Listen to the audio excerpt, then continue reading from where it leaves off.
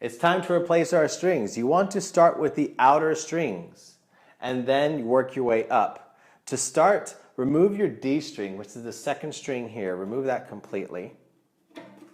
And that will give you some room to work with right here in the middle. And then begin with your C, which is the thickest string. I have the cello upside down here. And then the A, so the outer strings right here. And then the G, and then the D. So you loosen up the D string from the top there, and you just simply have to remove it. So I'm just going to take out this thin Chinese string right here. Take that away, just throw that to the side. And we've purchased our nice strings. I'm going to put my Larson string. As you can always tell, strings of quality always have a design to them. Larsons have this lace over gold design right here. So it's as easy as it goes. You take the little ball, make sure the ball end, like so, goes into the end piece, however you go, and make sure it's just snug in there. It doesn't need to be absolutely aligned. And you place, there's a little rivet on your bridge, place there, and you're going to keep it taut. You're going to have to hold it like this as you're doing your winding up top. Sort of like this as you slowly go down. When you put in your string, you're going to have a straight end right here and two holes. Make sure you put it in the same hole that the string came out of, because these pegs are made for every part on the cello. So I'm going to put it into this hole because this one's more worn here, and that's the one that was used.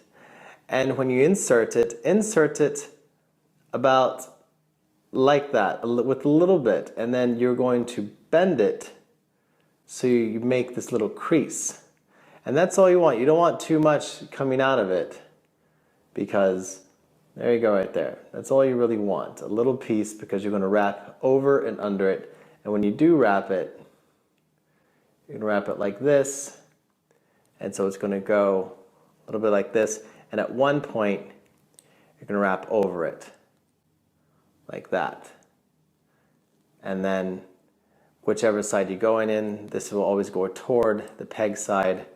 It's going to wrap like this, and smoothly as you continue to go. Oh, sorry. See how nice and smooth going toward. And of course you'll stop before the green touches. Time to put our string into the peg as it sits in the peg box. There's our hole, the second hole right there. We're going to stick it in until it hits the back. It can't go any further. Maybe push it in just a little bit more, and then wrap it around. So you don't want to have it too far because it'll be scraping the inside of your cello. And I like to pull on the outside of it like so. I'm pulling, you can zoom in just a little bit more so you can see exactly what's happening.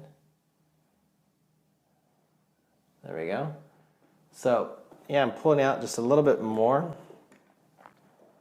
like that. You see that? And now always holding it. See, I'm holding right here with the hand. I'm always keeping it taut. And then at one point crossing over. There's the crossover. Keeping it taut, never letting go with the other hand, rotating with one hand, pushing in a little bit if you want with this hand, and rotating and rotating. Get to a point where you still have some length right here with your other hand. I'm holding it. So now we have it taut. You see my left hand's never left it. And if you had to push in that peg a little bit, you push it in so it stays in place. And I'm keeping it taut. You see my fingers below it. It can take it. Your string can take it if it's a high quality string. Make sure it's right here. It's on this little rivet. Hold it right here, and then continue to rotate. See, I just lost it. It's okay. I'm going to continue to rotate, keeping it taut, realign, continue to rotate. And now that I have it, see, it's pretty good. Now I'm just going to rotate, and the essential thing when you do this is you rotate and push. You rotate and push in. And don't do too much. Look how these little bits of turns I'm doing. See that?